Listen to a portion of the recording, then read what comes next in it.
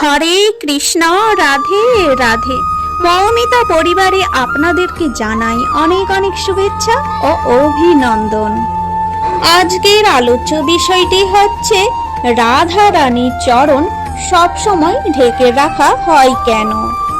তার সাথে জেনে নেব রাধা রানীর চরণ দর্শন কোন বিশেষ দিনে করা যায়। শ্রোতা বন্ধুরা, আজকের এই ভিডিওটি প্রথম থেকে শেষ পর্যন্ত দেখুন, আপনারা কিন্তু এই সম্পর্কে অনেক কিছু জানতে পারবেন। ভিডিওটির মূল পর্বে যাওয়ার আগে শ্রোতা বন্ধুদের কাছে আমার একটাই অনুরোধ, মৌমিতা পরিবার রাধা মাধব এই চ্যানেলটিকে সাবস্ক্রাইব করে পাশে থাকা বেল আইকনটি অন করে রাখুন, যাতে আমার এই সমস্ত রকম ভিডিও কিন্তু আপনি খুব সহজেই পেয়ে যাবেন। তার সাথে রাধা রানীর বিশেষ কৃপা পেতে ভিডিওটিতে একটি লাইক এবং কমেন্টে জানান রাধে রাধে। চলুন তাহলে শুরু করা যাক আজকের ভিডিওটি।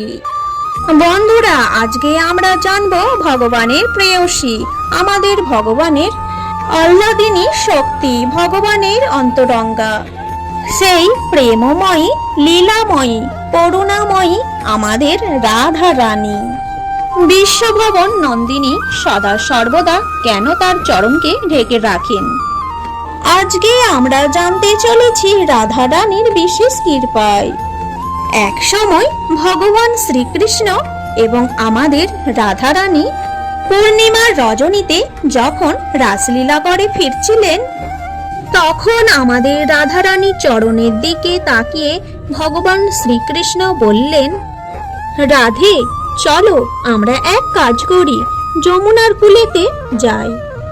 তারপরে আমাদের রাধা রানী ও ভগবান শ্রীকৃষ্ণ যখন যমুনার কূলেতে এসেছে, তখন ভগবান শ্রীকৃষ্ণ রাধা রানীকে বললেন, রাধে এসো, ওই যমুনার জল দিয়ে তোমার চরণ আমি ধুয়ে দিই। তোমার ওই চরণে ব্রজের অনেক ধূলিকণায় লেগে আছে। আমাদের রাধা রানী এতটাই করুণাময়ী, কৃপাময়ী, তিনি সেই কথাটা নিয়ে কোনো উত্তর না দিয়ে অন্য কথায় ভুলিয়ে দিচ্ছেন। তখন ভগবান শ্রীকৃষ্ণ আবারও বললেন, হে রাধে, তুমি তো বড়ই চতুর। আমি যখন তোমার চরণ ধোয়ার কথা বলছি, তুমি আমাকে অন্য কথায় নিয়ে যাচ্ছ কেন?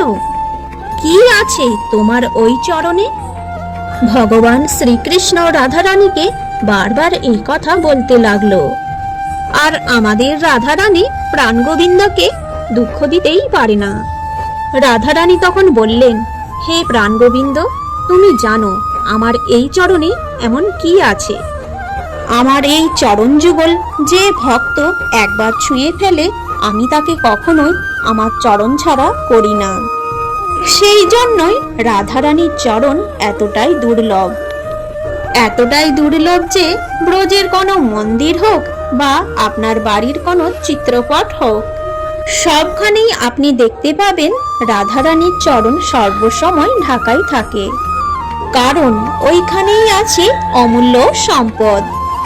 এইবারে আমরা জানব এই দুর্লভ দর্শন এবং রাধারানীর চরণ যুগল দর্শন আমরা কোন বিশেষ দিনে করতে পারি। বন্ধুরা, রাধারানীর চরণ যুগল দর্শন আমরা এই বিশেষ দুটো দিনেই করতে পারি, যেমন 1 নম্বর রাধা অষ্টমীর দিন, 2 নম্বর গোপা অষ্টমীর দিন। জয় শ্রী কৃষ্ণ, রাধে রাধে। আজকের এই ভিডিওটি এই পর্যন্তই থাকলো। সকলেই ভালো থাকবেন, সুস্থ থাকবেন, আর আমার সাথে একটিবার হলেও ভালোবেসে শ্রদ্ধা মনে বলুন রাধে রাধে।